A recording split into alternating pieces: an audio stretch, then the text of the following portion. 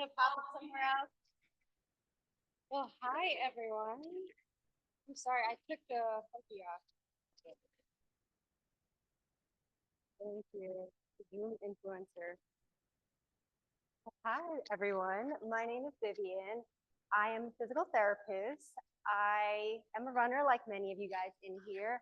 I wanted to get us just a little bit looser, more so mentally, because you guys are all sitting down right now. But I wanted to do a little icebreaker first, just I know everybody probably had a long day at work today. So we're gonna play a quick game of Would You Rather, Runner's Edition, okay?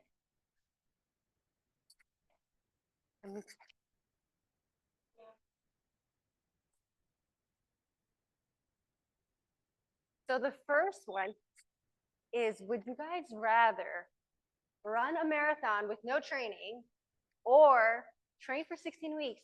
No music, no podcast, no entertainment, no gels, nothing. Just you, your thoughts, and that alone. Train for 16 weeks? Everybody all agrees on that? Nobody wants a second option? Just you and your thoughts? Okay. Say that again? I mean, you're getting it done, right? So I'm sure you can. I mean, hey, I've done training without music, and I can tell you it builds a lot of resilience, and you do get very bored too, but it does have its perks. But yes, I would also go with, actually, no, I would go with the second one. You guys are insane. No training? Okay, I'll ask that again in a few weeks, okay? Okay, next one. So the second one is, this one might be a little bit harder. Would you guys rather lose a toenail at mile 13, but you still have to finish, can't stop. You guys paid for it already, and it's not getting any cheaper, so you're gonna have to finish that one. Or run with a cramp in your calf the entire time. Lose a toenail? Wait, raise your hand if you guys have ever had a cramp in your calf. Okay. Was it impossible to walk right away? Okay. Yeah. You kind of feel it. So this one kind of, it required a little bit of personal experience to choose accurately. But okay, next one. And here we have, would you guys rather run your longest distance? But guess what? Watch was off, no Strava, no record, no credits, no achievements, none of that was recorded. Or you just can't take any pictures or videos, so you can't be an influencer for the day. You guys all want the kudos. You guys want the kudos. Like Gary's not allowed to be there. Once you guys choose the other one, I'm gonna tell him to like exclude you from the pictures that day. No pictures? Okay, that's fair. And then the last one. Would you guys rather do the 13 miles in the rain with soaked shoes, socks, everything, all of that included, or he'll repeat with Tony and he's yelling at you the whole time? Okay. The rain, you guys rather the wet shoes, the wet feet, all of that? Everyone? 2 years ago, 2023. That was a very wet training block for marathon prep. Okay. And thank you guys for participating. We are done. Thank you so much for having me. I'm going to leave now. Okay. So for the next one, I would love for you guys to take out your phones. I have a QR code right on the screen. It's just a little questionnaire. I want to get to know each and one of you a little bit more, just your experience with running, your experience with recovery, and all of that good stuff. And we'll get to chat a little bit about that. Yeah, I'll get out of the way. I'll get out of the way.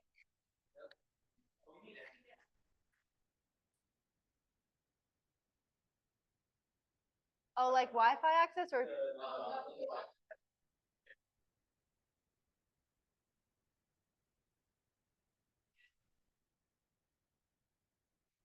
Okay. Let me make it open to the public.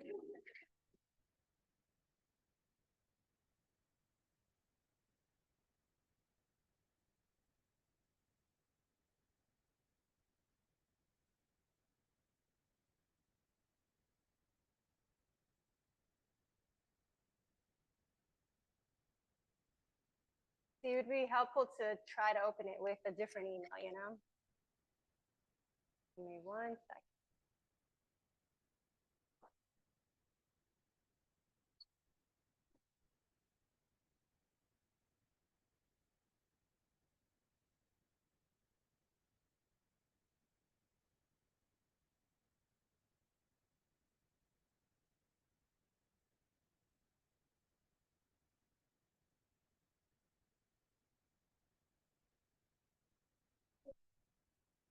question. Have you ever?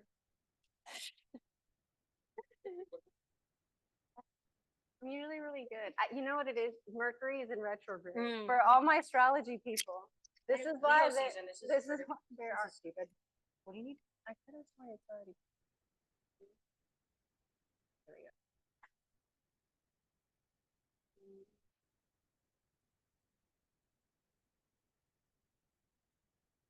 Can you guys try one more time?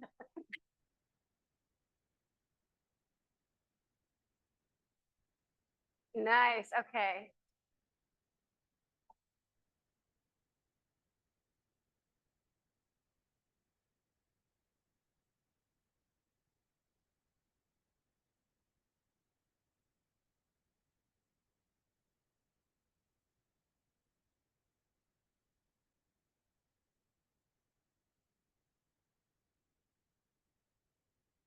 This is a different one.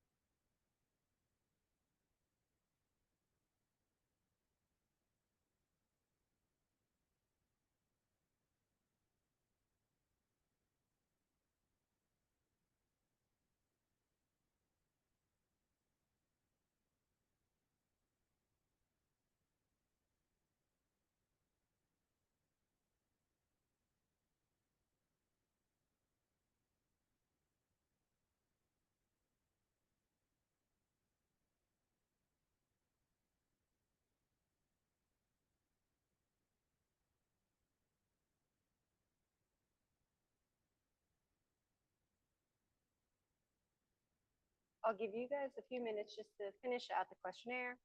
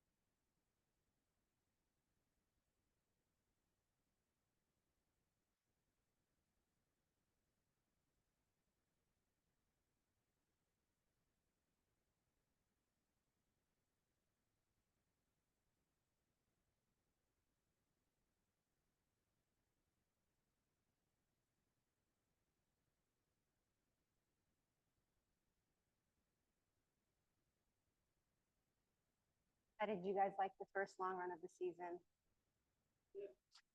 Weather was really nice. You guys had a good week. Are you guys looking forward to this weekend? I mean, you guys kind of have to say that, right? We're just waiting on a few more folks. Is everyone in here training for New York City? Oh, so that's coming up. You're like a few weeks ahead. Nice. Now your first one, is it?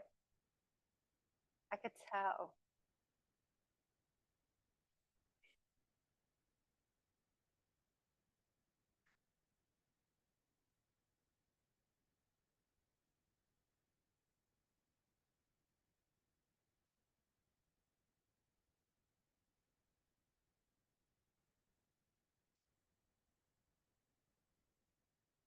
So what's cool about the questionnaire is it pulls all of the data, like your social security, your address, and all your information that I asked you guys. Yeah, just I'm gonna take all your money now. So I love that all of this pulled together. It kind of shows me, I know one of the first few questions was just how long everybody in this room has been running. And we have some people who are relatively newer, something as short as half a year, and then something even as long as 3+ years, which just shows how running is so diverse, where you could be a beginner, you could be somebody who's more advanced, and at the end of the day, we all have something we can learn from each other. So I love that. Everybody's typical mileage, everyone kind of varies. We have some around like 5 mile it, and then we have some 40 plus, somewhere in between. I'm like on that lower end right now with you guys, so don't feel alone. And as far as first time marathoners, we have a good mix. We're a little bit more than half the room. You guys are running your first marathon. That's so exciting. Awesome. Claps for everybody in here. Does everybody want to share which marathon you guys are running? I know a majority of us are running New York City, and you just said you're running Chicago. Anybody else running a different marathon? Ooh, in November.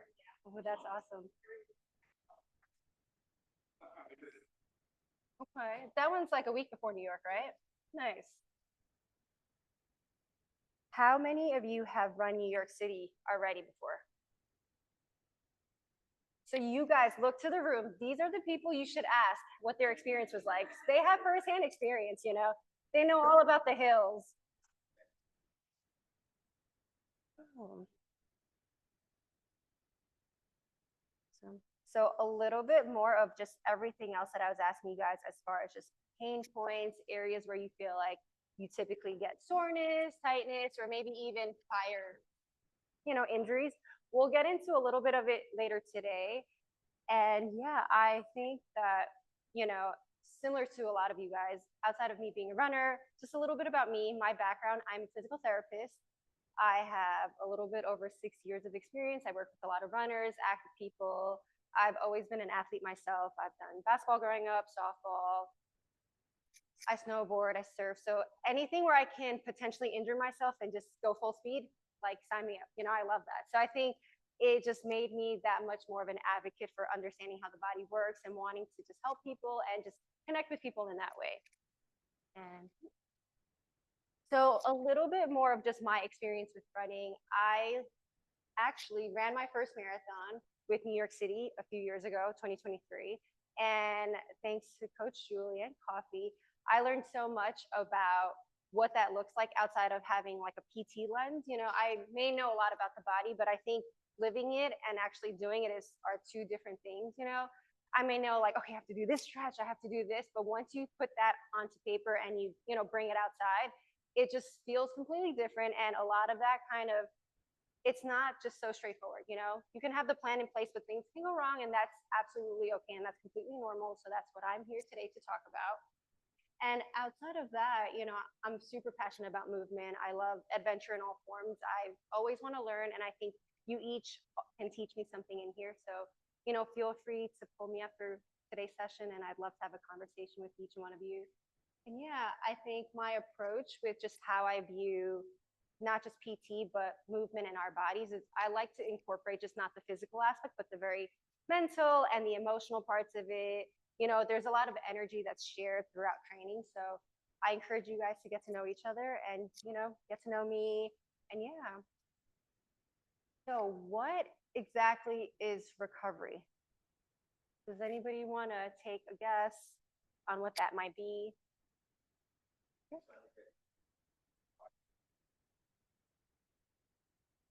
Okay. That's a good one. That's definitely part of it, right? Anybody else want to share what they think recovery is, what it looks like? There's no wrong answers. Okay. Inactivity. Okay. Who would agree with that?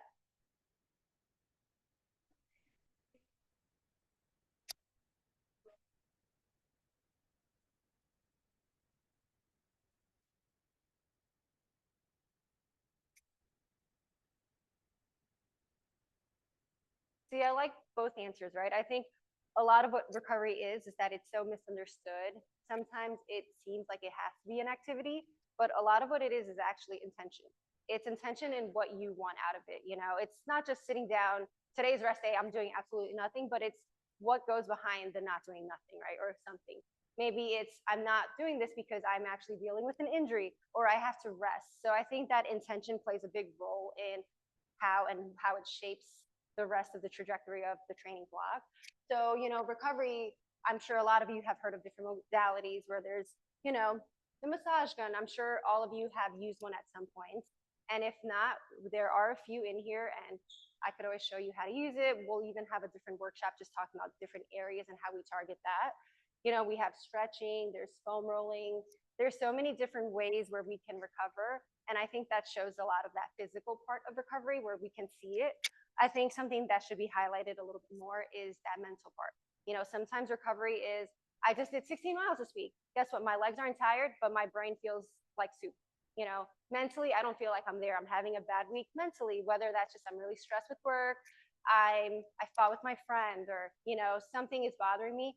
That goes into recovery, that mental aspect of it. It ties into how you show up for a run. It ties into how you show up as a friend, a sister, a brother, a parent, a sibling.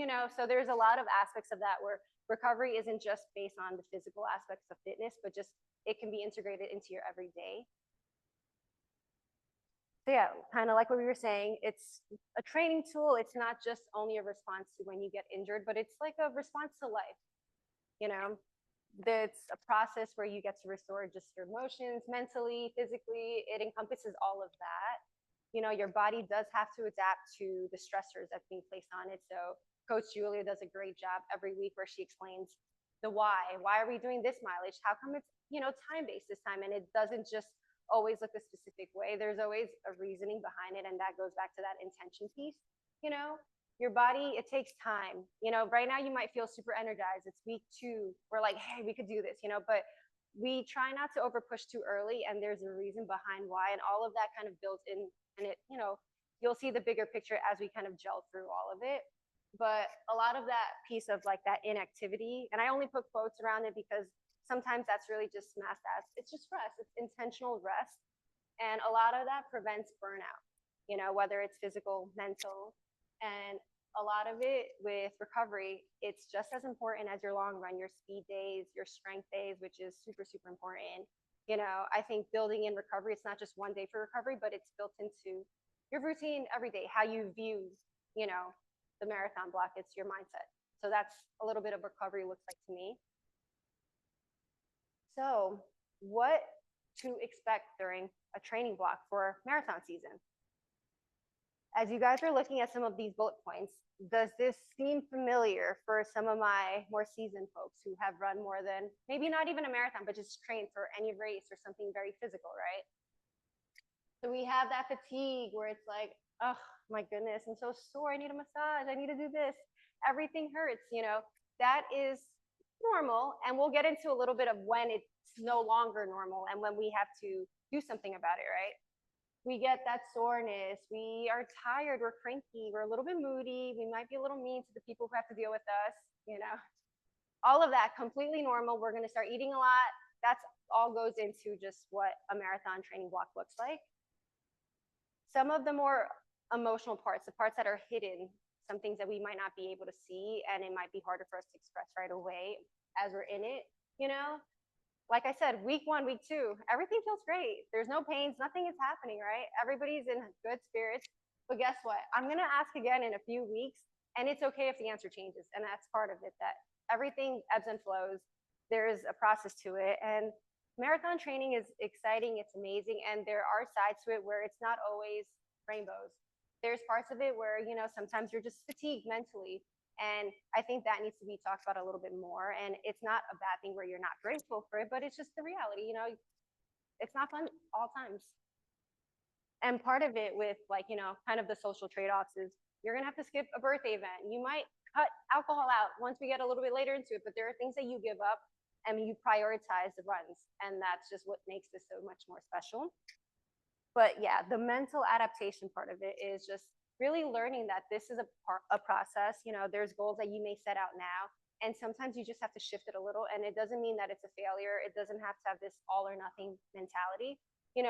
We learn as we go, and I think some of you will even learn new things from friends in the room. So I think that'll be great. So some common training mistakes that I often see. So some of the earlier warning signs, kind of like what we were saying, that soreness, now what's going on where maybe my knee hurts and now I'm going to push through it because maybe it's just this one day. I'm stretching. I'm doing everything that I can. I spoke to Coach about it. She told me to do this one technique. She's massaging me. She's doing everything she can, right?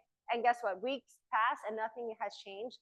That's when that's a sign that, I've tried a lot of things that I could do at home, stretching, I'm icing, you know, and nothing is changing, that's when you want to, you know, take a step back, and maybe if you want to reach out to me, I'll give you my information, my number. Feel free to, you know, talk to me, and I could even do an assessment and evaluation, and we could talk about what that looks like.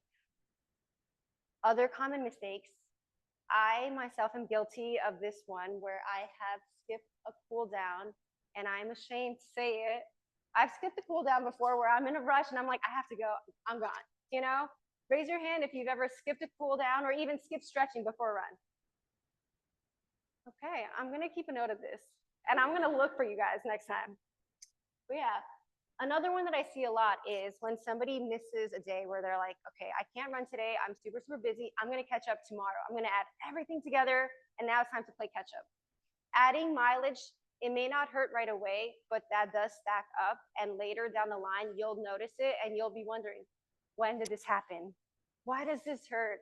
How did I get here? You know, those stacking, it hurts you more and it sets you back. You know, it's okay to miss that one day if, you know, granted, there's a lot of things going on in your life, but that's a common early sign of what's to come. But also, the last line, just with progress, you know, you guys are building from week 1, you're on week 2 now. You are going to be so much further ahead of where you think you are. You know, don't feel bad if you're not at the pace you want to be. Everything comes for a reason. Like, there's a lot of science that goes behind the training plan. You know, in a few weeks, you'll be so surprised at how much more your body can endure. You know, so stick to the plan, and everything is, you know, set for a reason. Just guys have to trust that part of it, okay? So what do you guys think are the top 5 most commonly seen injuries in runners? And I know everybody has been a little quiet, so I'm gonna throw some incentives in here. If you guys can list all 5 in the correct order, I will give you a free session with me at my studio for sports massage. I'll do a whole evaluation. I will give you my dog. No, I will give you guys a free evaluation, an assessment, and a sports massage session. If you guys can rank them out, the top 5 most common running injuries. No chat GPT, use your brains, please.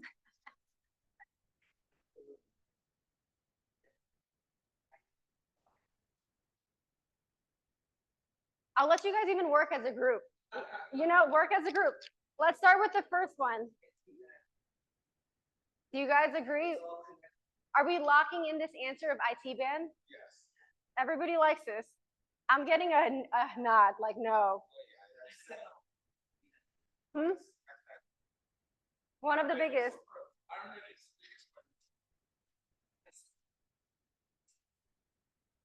Okay. So you're saying it's never usually where it appears sometimes. It might be full. Okay. So. Okay. Okay.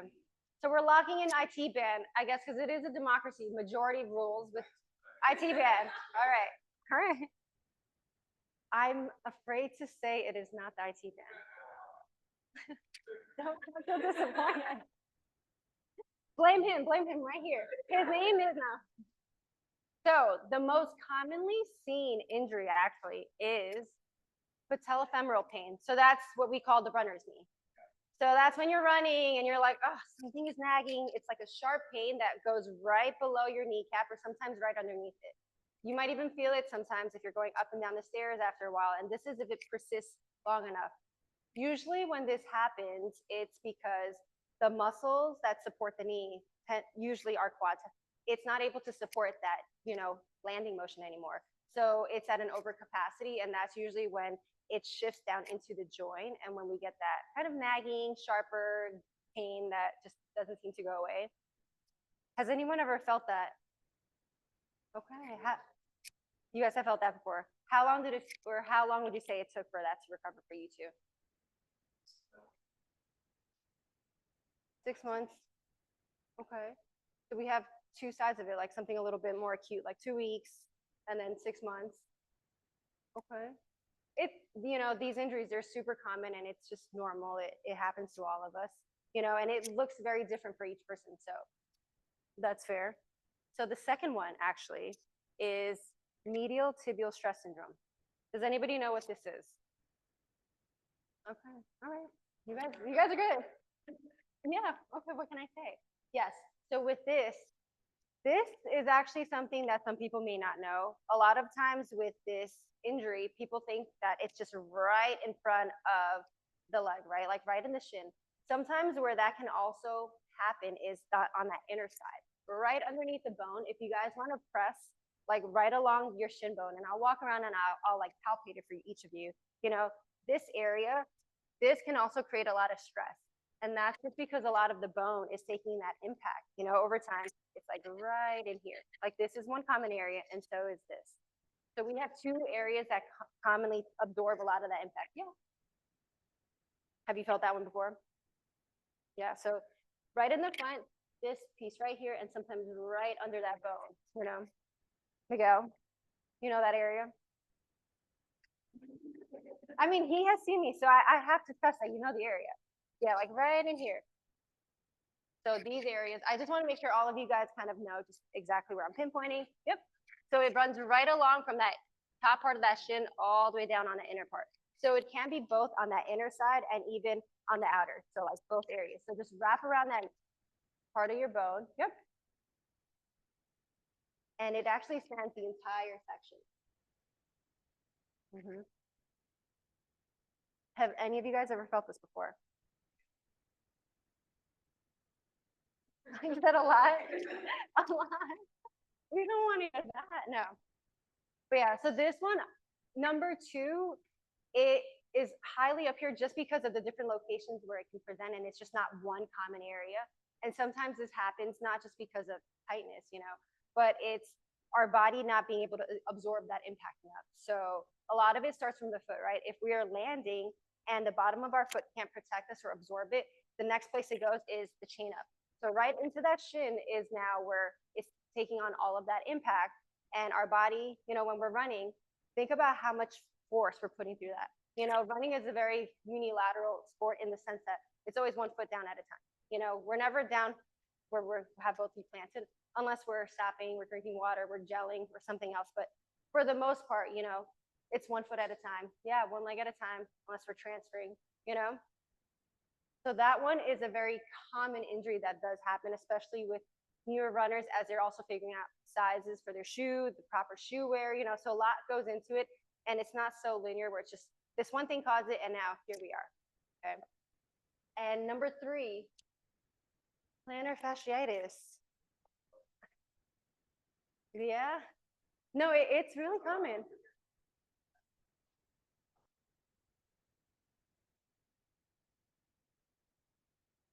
I want everybody to stand up right now. I can probably say for the most part, a lot of us don't get to stretch the bottom of our foot enough, especially with how often we're pounding on it with walking, with running. So a good stretch for this bottom of our foot, the plantar fascia, is, you know, I'm sure everybody knows the common calf stretch where we just have our foot up against the wall. So this one is where you slide it and it's just the big toe and the little toes, the other 2 to 5.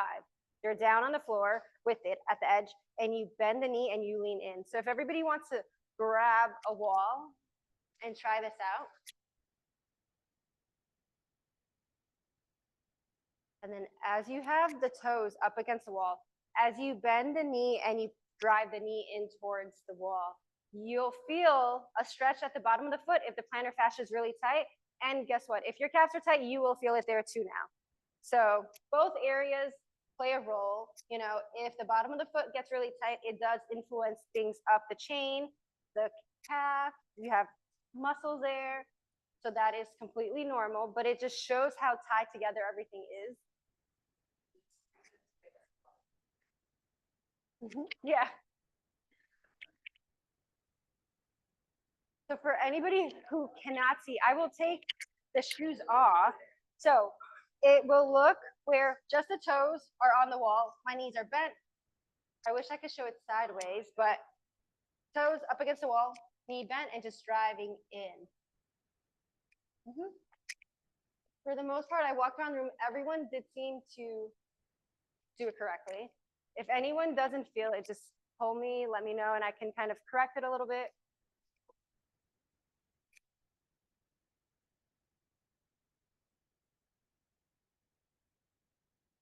Mm-hmm. So he mentioned, like, with the lacrosse ball, any harder ball, with rolling it at the bottom of the foot, it does target it in the same way where you're getting that band, right? The plantar fascia is a thick band because it needs to absorb all of that force, that weight, what we're putting on it. So when rolling it with the ball, that also does get into that fascia, that tissue. The only difference is as we bring ourselves, with the wall, if we're stretching, it creates that dynamic layer. We're adding movement to it now. Sometimes we're pressing into a sore area. It's great. It gets circulation. But now we need to shift through it because we don't want it to get stagnant.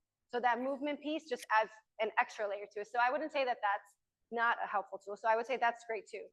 I think that's a good step one, step two, and then we could add that into the toolbox of how we can really address this. You guys can have a seat now.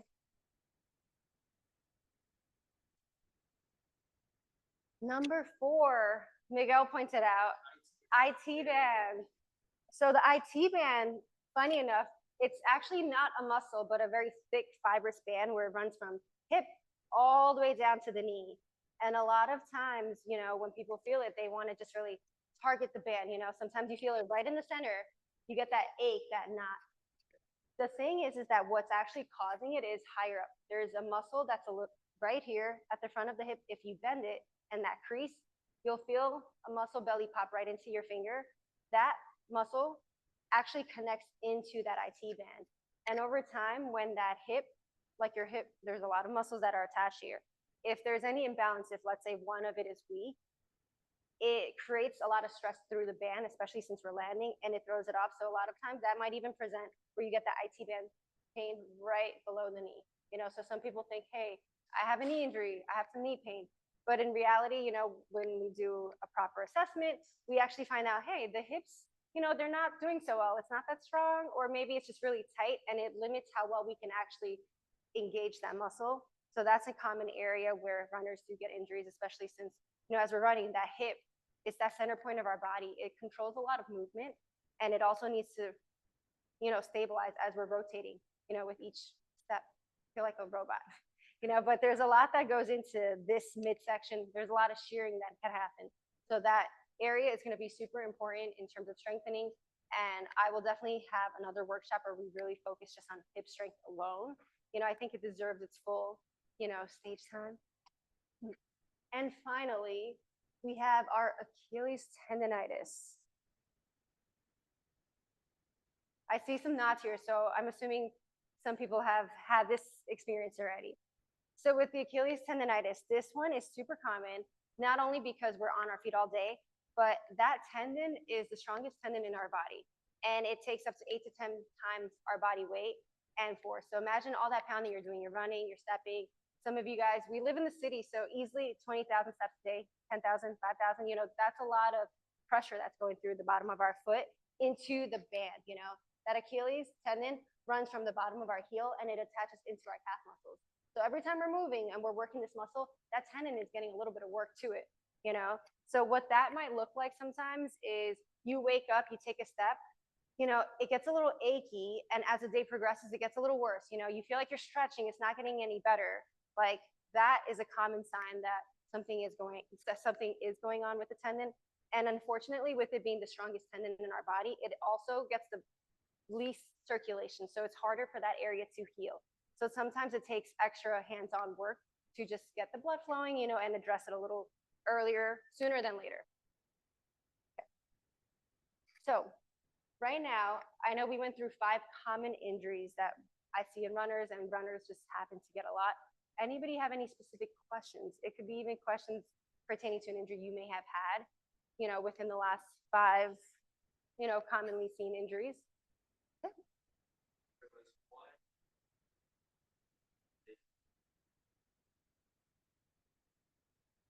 Oh my goodness. Okay. For what in particular, or just the gold standard? And he's like, give me bang for buck.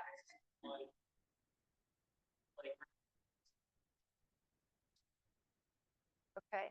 So it's gonna be like the craziest movement where I can get every part of the body. No. if there's just one exercise that you guys have to do, so I'm a little bit biased, and part of me being biased here is that with running last year, I actually tore my labrum. And a big part of how I tore my labrum during marathon training is that I was training everything else. I was, except I wasn't focusing on my core enough.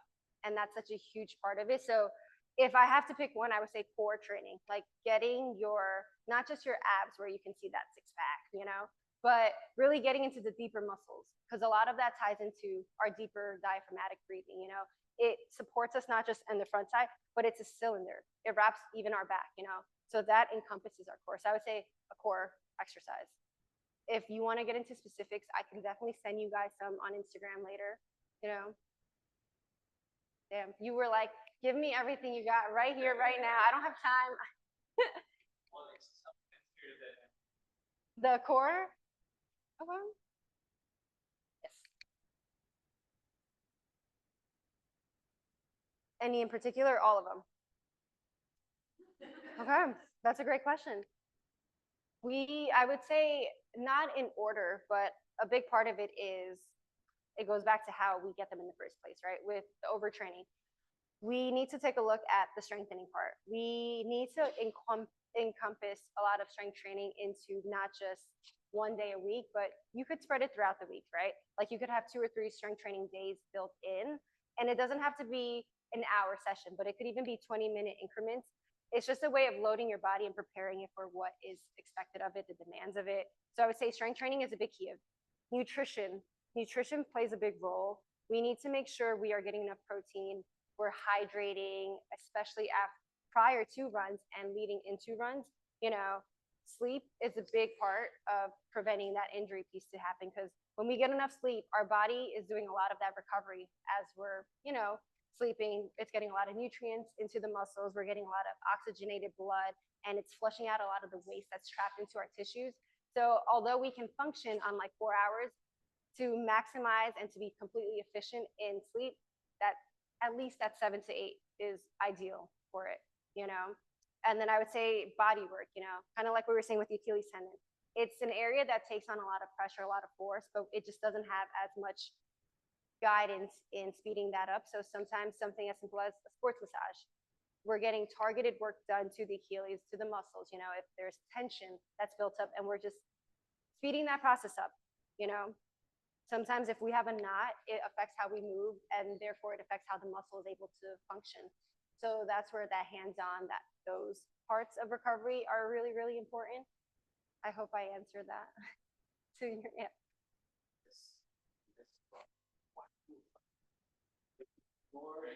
One through five. I cannot list 1 through 5. Mm-hmm. Yeah. I will give you one. I can't, I won't be able to list everything else. I think it's so personal, right? I think everyone needs something a little bit different, but I would agree that number 1 is sleep. Everybody needs sleep. Sleep is the base, that foundation of what we can do, right? Like if you don't sleep enough, there's no way you can even have a productive strength training session. You can't have a proper run, it kind of trickles into every other aspect of training. So that sleep is the most integral part of it. Yeah, so sleep is number 1. I'll make sure I have that on the shirt. Sleep is number 1. Yeah.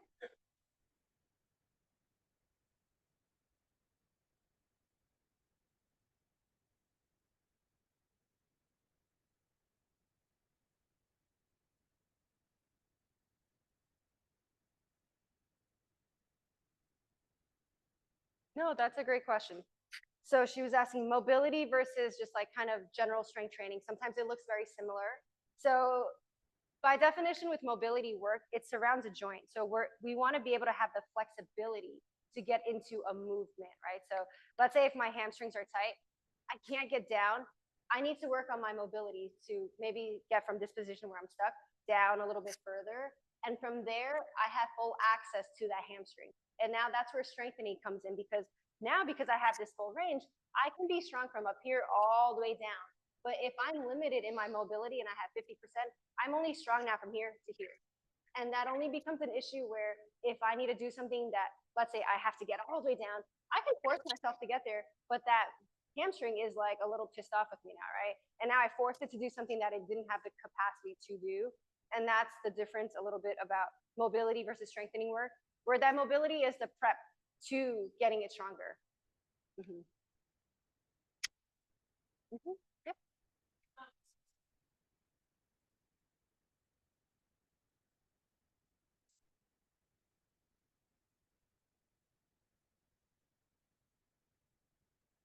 Yeah.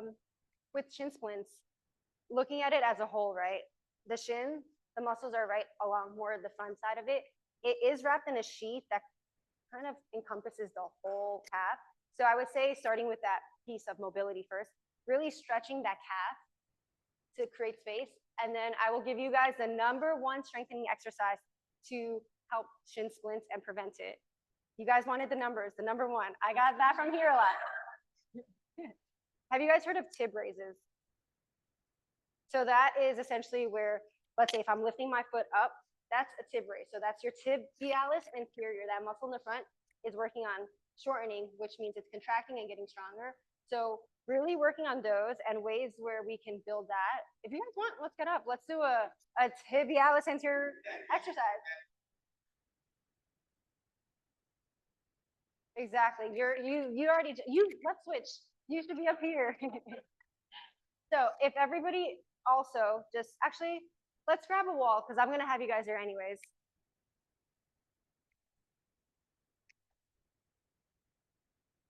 So we'll do the part of let's stretch it first. Let's stretch the calf out. Let's just get 20 seconds. Let's make sure we warm that tissue up. Okay, awesome. And then as you guys are stretching, I'll walk you guys through what we're gonna do after. So part of strengthening the tibialis anterior, obviously we're bringing that toe and foot up towards the ceiling. That builds a lot of strength in the front of the muscle. And why that's important in preventing shin splints is that it helps that muscle take on all of that pressure and force as we land. So it's able to control our landing, you know, with shin splints, I'm sorry if I missed it. Sometimes when our body isn't able to adjust and adapt to that, the bones take on a lot of that pressure. So this now just shifts that into the muscle's responsibility. Okay. So I'm going to have you guys turn around back against the wall. So one way of strengthening this is you can lean up against the wall. You know, we're at an angle and you're working on just bringing that foot up and we're holding it. You'll feel that muscle pop out right next to that bone. Some of you have it a little bit more pronounced. Good job. You know, gold star for just having more pronounced muscles there. But that right there is a tibialis anterior. So this is an easy exercise to build in where you want to hold it. It's an isometric hold, 5 seconds, and you come back down. One rep alone isn't going to make you feel like, wow, I just did the hardest exercise in my life. But as you build on the repetition, which is similar to when you're running that repetition piece, that's where that muscle develops the adaptability and the strength to maintain that. And for my folks who are like, this is easy, this, I need something harder, we could get into a little wall squat, you know? We could stay in this position, and then the same thing, we're gonna stay in this for the rest of class now. That's it. No. And then the same thing where we're in this wall sit, and we could work on alternating now. This is gonna be a little bit harder now, where you're working on bringing that foot up, hold it, same thing, 3 seconds, alternate to that other side. What? This wall sit. So it's different because when you lift up the heel, you're not working the tibialis anymore and you're working the calf, and there's other ways on getting the muscle to work. So with this one, you're actually putting a lot of your weight through the front of your foot and your body. So now it has to take on the weight of your body. And it's a natural and very cost-effective, affordable way of getting this muscle stronger without any weights. So this one would be a great one where you're just working on alternating, you know, between the two sides. And you'll even start feeling it in the quads. Other areas are going to take the hit too, but that's a really good one. And then outside of the wall sit, the next one that works this muscle, if let's say you're like, I don't want to do a wall sit, I don't have time for this, Viv, please give me something else. I know you mentioned this before, where we can add a weight. So if you guys have like a kettlebell where you know, is there a kettlebell back there? Watch it be like a 100-pound kettlebell. It's gonna be the heaviest thing, and I'm gonna be struggling. Oh, don't say that. It's actually 65 pounds. No, 25. Okay. So with the kettlebell, you guys don't need to grab it so heavy. But let's say we have a step. You step onto a box, something where it gives you space to move the kettlebell. Where essentially, same thing. You hold that kettlebell up, and you're still working on that muscle group. Mm-hmm. I would say 3 to 5 seconds. Yeah. Ideally, you want it enough where you can get through 8 reps, without feeling like, oh my gosh, I'm going to drop my foot.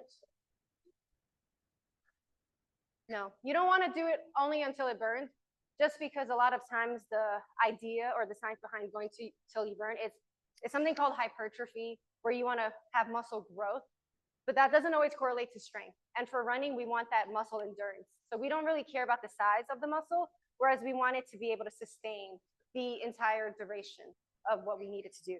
So yeah, you guys seen me hold it. So with the lighter weight and with more space, what you could also do is where, let's say you're standing on a box, you're higher up, and you can actually lower the foot and lift it. So the knee doesn't have to be bent during this part. I'm only on my tippy toe on this left side because I don't have a platform to be higher, but ideally it would look like you have space on this side where the weight is, and you're able to lift up and down through it. Yeah, exactly. Where you could stand on a box, a platform, a step, somewhere where you can just be lifted a little bit more naturally. And that's a great way to really strengthen that. And that actually is also a good exercise that goes into the runner's knee. Runner's knee, we want to make sure the muscles below it can also support every time we land. Okay, that was a great question. Yeah, you can also use a band. That also helps. I only showed it in this way just to have just this muscle group working. So sometimes with the bands, you have the other foot supporting and you're counter resisting. So that's also a great way. But if you just solely want to target that one side, whether it's that left foot or the right side, you can do it this way too. But the bands work just as well. That was a great question. Miguel, I saw you did have your hand raised. You're done. He's like, shut up, we're done. Yeah. You see me all the time. Okay, no worries. I mean, if you think of it, you know where to find me. Anybody else have any other questions? Yes?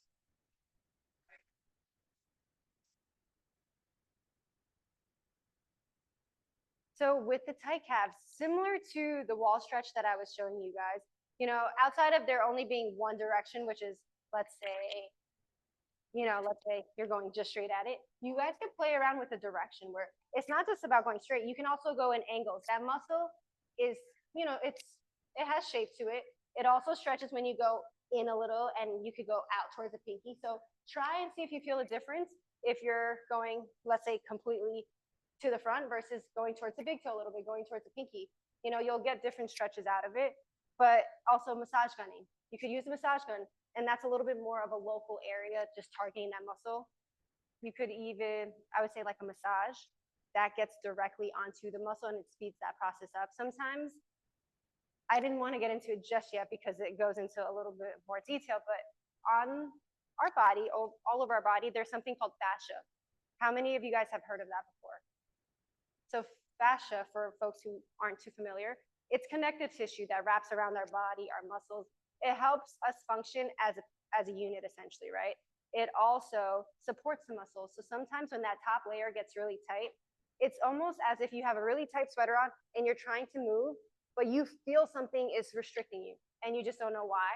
So that fascia is kind of like that outer skin where sometimes we have to release it, and it allows us to get more efficient with our stretching.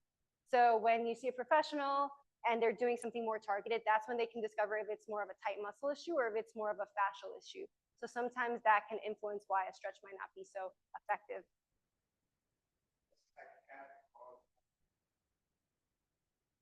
The tight calves caused by tight ankle. Yeah, that's one of them. Kind of going back, sometimes it could also be dehydration. Some people might be a little more dehydrated, so the tissue just isn't able to expand as much. Sometimes it could be just overworked, right? I think that's a piece we did miss a little. You're training a lot.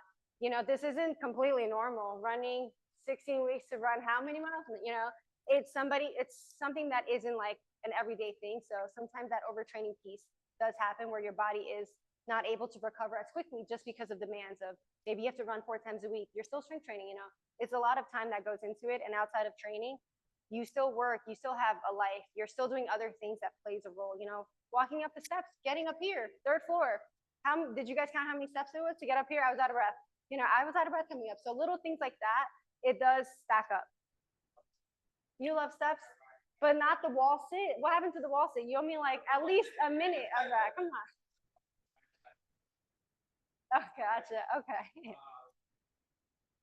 I hope that answers your question.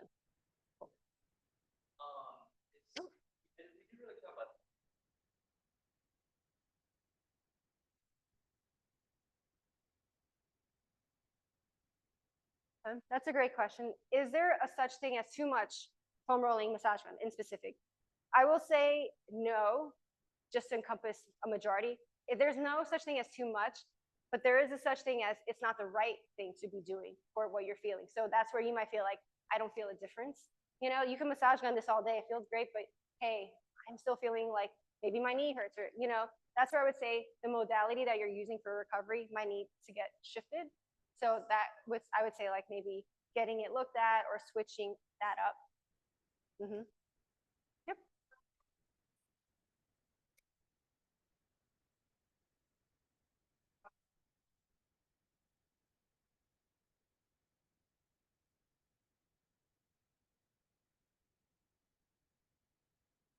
Mm-hmm. Yeah. Hope for the best. That's it. You guys are screwed. If you get IT banned, like Miguel said, you're done. Cooked. You might as well just sign up for the race next year.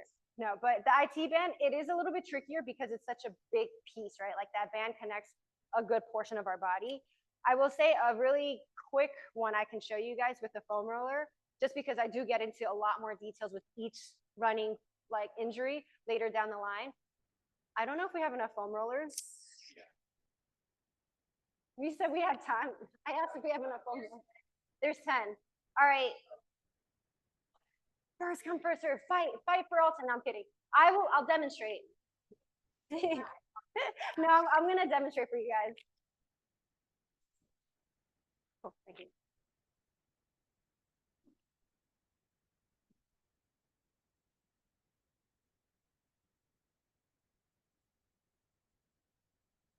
So I know it's tempting to roll out the exact area that hurts sometimes for IT band. Sometimes it's right smack in the middle and you're like, I just want to get in there, you know? However, the muscle that actually affects it is the one that I had you guys pinpoint where, let's say, everybody hold your hips just right below that bony area that comes out. And now lift your leg up. So on that side where you lift it, the muscle that popped right into your finger, that's the muscle that is actually partially responsible for why that IT band gets tight, or I should say the most responsible. So that area is actually where you want to roll out. And it's a very small portion, you know, it's no more than, I mean, I'm small, 2 inches, you know, if you have more muscle and you're more defined, roll it out. But I would say you can get right onto your side and you're going to pinpoint that area and you're going to keep your knee bent and you're going to roll right into the crevice of that hip where that muscle is. You don't really need to get into the band. Yeah. I mean, I would say like you don't have to be so nitty and gritty with just 2 inches, just however many. You know, you want to feel where you go from that like upper part of that bone into the ridge, and you'll feel that muscle. And I mean, after the workshop is over, if you guys want to try it out too, and I could just, you know, tweak it a little bit if you feel like you can't get into that position, but that's going to be a great one. And that's where I would say, even with the lacrosse ball, you could even get into that muscle group a little bit easier. So I would say that's a great one. But yeah, I'll release a schedule of future workshops that I'm going to be having where we get into specific muscle groups, and that we'll go into so much more detail with what causes it, what happens, strengthening exercises to use, ways to prevent it, and what we can do or what you can do on your own recovery wise. Okay. But I thank you guys all for coming today. And I would love to connect with you guys. So feel free to follow me on Instagram, or if you want to reach out, I can give you my email address. But yeah, definitely want to chat with you guys. Yeah, of course.